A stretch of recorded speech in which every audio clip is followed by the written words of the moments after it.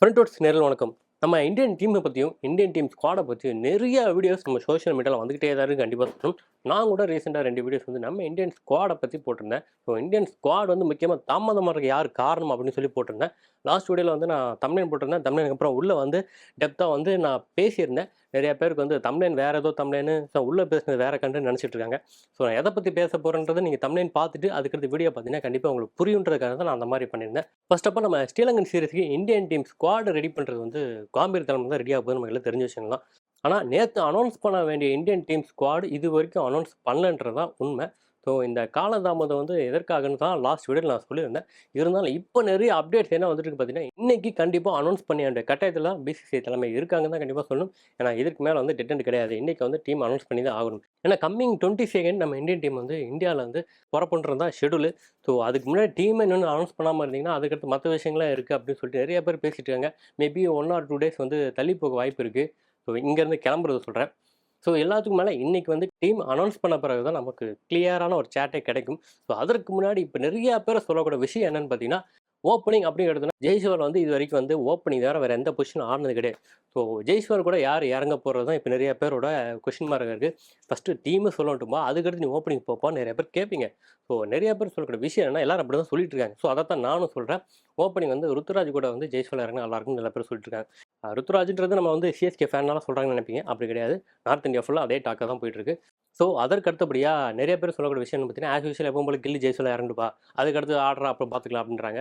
ஆனால் கில்லுக்கு மட்டும் ஏன் இந்த அளவுக்கு வந்து T20ல ஸ்பேஸ் கொடுக்குறீங்கன்னு நிறைய பேர் கேட்டுட்டு இருக்காங்க. ஸோ அவர் ஒன் டே அண்ட் டெஸ்ட் வந்து அவர் ஃபார்மேட் எல்லாருக்குமே தெரிஞ்ச விஷயம் தான். ஆனால் 2020ல அவரோட ரெக்கார்ட் அதிகமாக வச்சுக்கிறது கெய்க்வாட் தான். அதுலேயும் லாஸ்ட்டு ஜிம்பாப்வே சீரீஸில் வந்து அவருக்கு வாய்ப்பு கொடுக்காதத இப்போ வரைக்கும் நிறையா பேர் வந்து பேசிட்டு தான் இருக்காங்க. அதற்கு காரணம் அவருக்கு வாய்ப்பு கொடுக்கக்கூடாதுன்றதுக்காகவா, இல்லை நம்ம ஸ்ரீலங்கன் சீரீஸ்க்காக அவர் வந்து ரெஸ்ட் கொடுத்துருந்தாங்களான்னு சொல்லிட்டு ரொம்ப கன்ஃபியூஷன் போயிட்டுருக்கு. ஸோ அந்த டாக் பற்றியும் எனக்கு இது வரைக்கும் கிளியரான தெரியல.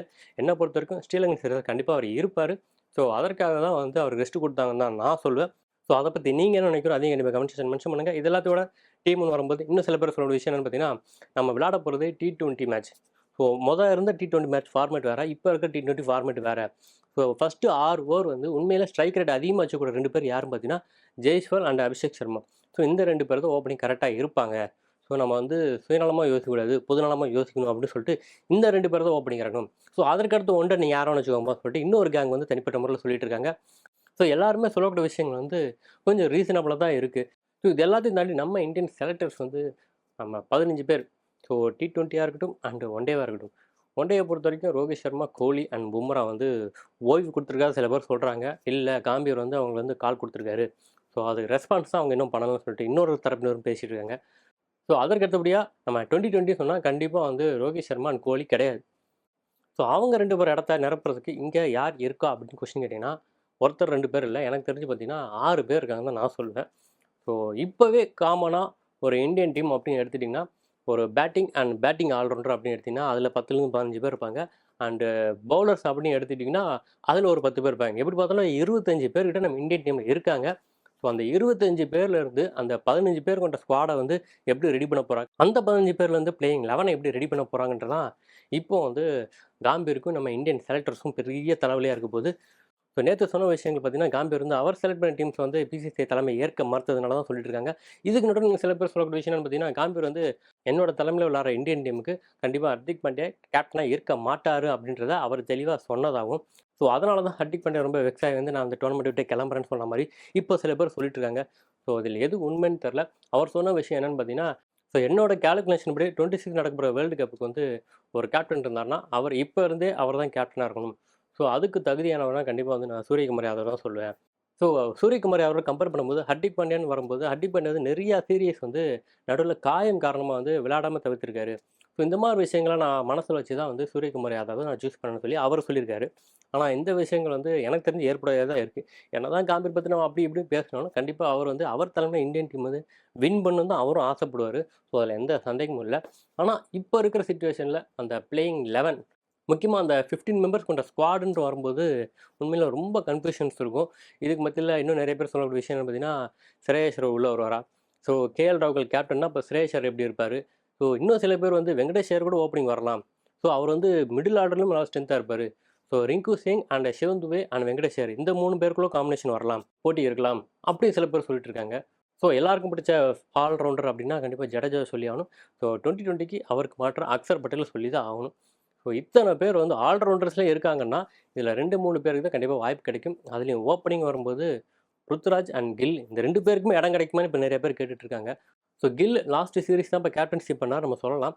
ஸோ இந்த மேட்ச்சில் வந்து கில் இருப்பாரான்னு நிறைய பேர் டவுட்டை தான் கேட்டுட்டு இருக்காங்க.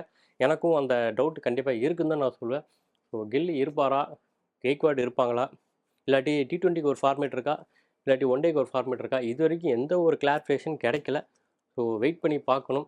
என்னை பொறுத்த வரைக்கும் நான் வந்து ஸ்ட்ராங்கான டீம் சொன்னால் கண்டிப்பாக கெய்க்வாட் வந்து ஒன் டே விட 2020 தான் நான் முன்னுரிமை கொடுப்பேன். ஏன்னா கெய்க்வாட் மாதிரி பிளேயர்ஸ்லாம் கண்டிப்பாக வந்து ஸ்டெபனாக நின்று விளையாடக்கூடிய பிளேயர்ஸு. ஸோ ஒரு ஆங்கர் ரோல் சொல்லுவாங்க. ஸோ அந்த ரோலுக்கு சூட் ஆகக்கூடியதுன்னா கண்டிப்பாக கெய்க்வாட் தான். ஸோ கில்லும் அதே ரோல் தான் பண்ணுறாரு. ஆனால் ஓப்பனிங்க்குன்னு வரும்போது அவரோட ஸ்டார்டிங் வந்து கொஞ்சம் கம்மியாக இருக்குன்னு நான் சொல்லுவேன். ஸோ அபிஷேக் சர்மா அண்ட் ஜெய்ஸ்வால் இவங்களோட கம்பேர் பண்ணும்போது ருத்துராஜ் கூட ஈவன் தேவைப்பட்டதுன்னா கண்டிப்பாக வந்து டாப் கியரில் போவார். ஆனால் சுக்மன் கில் வந்து அந்த அளவுக்கு 2020ல் நம்ம விளையாடி பார்த்ததுலன்னு தான் உண்மை. ஸோ ஐபிஎல்லை இதில் கம்பேர் பண்ண வேண்டாம். ஸோ நம்ம இந்தியன் டீமுக்கு விளையாடும்போது அவர் பண்ண ரெக்கார்ட்ஸ் பார்த்தோன்னா கண்டிப்பாக கேட்கோட கம்மியாக தான் இருக்குது. இதுக்கு மத்தியில் இன்னும் சில பேர் வந்து கேஎல் ராகுல் வந்தால் மேபி அவர் கூட ஓப்பனிங் இறங்கலாம். ஸோ ஸ்ரேயஸ் ஐயர் தான் ஸ்ரேயஸ் ஐயர் எப்போ மிடில் தான். ஸோ எக்கச்சக்க கன்ஃபியூஷனுக்கு மத்தியில் தான் இப்போ நம்ம இந்தியன் செலக்டர்ஸ் வந்து இருக்காங்க. இதை தாண்டி நிறைய ரூமர்ஸ் அண்ட் நிறைய கன்ஃபியூஷன் ஃபுல்லாக சோஷியல் மீடியா போயிட்டு தான் இருக்குது. இதில் எதை நம்புறது எதை நம்ப முடியலன்றது நம்ம சொல்ல முடியல. இதுக்கு நோட்டில் இன்னும் சில பேர் வந்து நம்ம வேர்ல்டு T20 சாம்பியன்ஷிப் டீமில் இருந்த வேர்ல்டு கப் வாங்கின அந்த டீமில் இருந்த பிளேயர்ஸ் வந்து கண்டிப்பாக வந்து இடம் கொடுக்கணும். ஸோ ஹர்தீப் சிங்காக இருக்கட்டும், அந்த சிவம் துபே இருக்கட்டும், அந்த மாதிரி ஆட்கள் கண்டிப்பாக நம்ம இடம் கொடுக்கணும் அப்படின்னு சில பேர் சொல்லிட்டு இருக்காங்க. இன்னும் சில பேர் வந்து லாஸ்ட்டு ஜிம்பாப்வே சீரீஸில் வாய்ப்பு கிடைச்சும் ப்ளே பண்ணாதான் நிறைய பேர் இருக்காங்க. ஸோ தேஷ்பாண்டேவாக இருக்கட்டும் and Riyan Parag and Dhruv Jurel, so இந்த மாதிரி ஆட்களும் இருக்காங்க. ஸோ இவங்களை யாருக்கு முன்னுரிமை கொடுக்க போகிறாங்கன்னு தெரியல. இது எல்லாத்தையும் தாண்டி கீப்பர் வரும்போது கண்டிப்பாக ரிஷப் பண்ட் அண்ட் சஞ்சு சாம்சன் 2 பேருமே இடம் பண்ணணும் தான் சொல்லிட்டு இருக்காங்க. ஸோ அவங்க 2 பேருமே இடம் பெறக்கான வாய்ப்பு அதிகமாக இருக்குன்னு தான் நான் சொல்லுவேன். ஆனால் பிளேயிங் லெவலில் வந்து இடம் கிடைக்குமானா கண்டிப்பாக அது வந்து டவுட்டு தான். ஸோ இவ்வளோ கன்ஃபியூஷன்ஸ் மத்தியில் நம்ம இந்தியன் டீம் வந்து இன்னைக்கு அறிவிக்கிறது கன்ஃபார்ம் ஆயிருக்கு. ஸோ இன்றைக்கி தான் டெட் அவங்க அறிவிக்க போகிறாங்க. ஸோ இதுக்கு மத்தியில் இன்னும் சில பேர் வந்து கில்லுக்கும் கெய்க்வாடுக்கும் நடந்த கிளாஷை பற்றி பேசிகிட்டு இருக்காங்க. அது என்னப்பா திடீர்னு புதுசாக ஒன்று சொல்கிறேன்னு யோசிக்கிறீங்களா? நம்ம ஜிம்பாப்வே டோர்னமெண்ட்டில் கெய்க்வாட் வந்து அவர் ஏன் இறக்கலன்றதுக்கு நிறைய பேர் சொல்லிட்டு இருக்காங்க. ஸோ கில் அவர் வந்து சுயநலமாக தான் விளையாடுறாரு அப்படின்னு சொல்லி ஒரு டாப்பிக்கே ஒரு ஆர்டிக்கலாக போட்டு நிறைய பேர் வந்து நார்த் இந்தியாவில் பெருசாக போஸ்ட் பண்ணிட்டு இருக்காங்க. இங்கே சவுத்தில் கூட அதை பற்றின டாக் நிறையா போயிட்டு தான் கண்டிப்பாக சொல்லணும். அதுலேயும் குறிப்பாக சில பேர் சொல்லக்கூடிய விஷயம் என்னன்னு பார்த்தீங்கன்னா, ஜெய்ஸ்வால் வந்து 93 இருக்கும்போது இவர் நினச்சிருந்தா கண்டிப்பாக அவர் செஞ்சுரி போட்டிருக்கலாம். ஆனால் அதை வந்து ஏன் இவர் வந்து விடலை அப்படின்னு நிறைய பேர் கேட்குறாங்க. ஸோ அது ஜெய்ஸ்வாலே வந்து ஓப்பனாக சொல்லிட்டாரு. அவர் கேம் ஆடினாரு, நான் என்னோட கேம் ஆடினேன். ஸோ நாங்கள் 2 பேரும் வந்து விக்கெட் லாஸ் எல்லாமே வின் பண்ணணும் தான் யோசித்தோம். அதை நாங்கள் பண்ணிட்டோம். அந்த வகையில் நாங்கள் 2 பேருமே சந்தோஷமாக இருக்கோம் அப்படின்னு சொல்லி அவர் முடிச்சிட்டாரு. இருந்தாலும் இங்கே மீடியாக்கள் முடிக்கிற மாதிரி இல்லை. இதையும் தாண்டி கெய்க்வாட் அவர்களா இல்லாட்டி கில்லா அப்படின்னு சொல்லி கேப்டன்சி வந்து ஜிம்பாப்வே டோர்னமெண்ட்டுக்கு வந்து நிறைய பேர் சொல்லிட்டு இருந்தாங்க. ஆனால் கில்லுக்கு கேப்டன்சி கொடுத்தது ரிவ்யூ நிறையா போயிட்டு இருந்துச்சு. ஸோ இனி வரும் சீரியஸில் வந்து கில்லுக்கு வந்து இடம் கிடைக்குமான்னு சொல்லி நிறையா பேர் வந்து கேட்டுட்டு தான் இருக்காங்க. ஸோ நம்ம காம்பீர் அவர்கள் என்ன பிளான் பண்ணி வச்சுருக்காங்கன்னு இது வரைக்கும் தெரியல.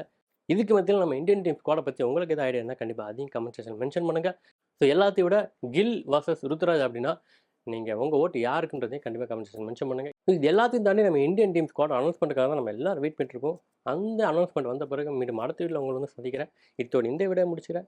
மீண்டும் அடுத்த வீடியோவில் உங்களை சந்திக்கிறேன். அதுவரை உங்களது விடைபெறுவது சண்முகம்.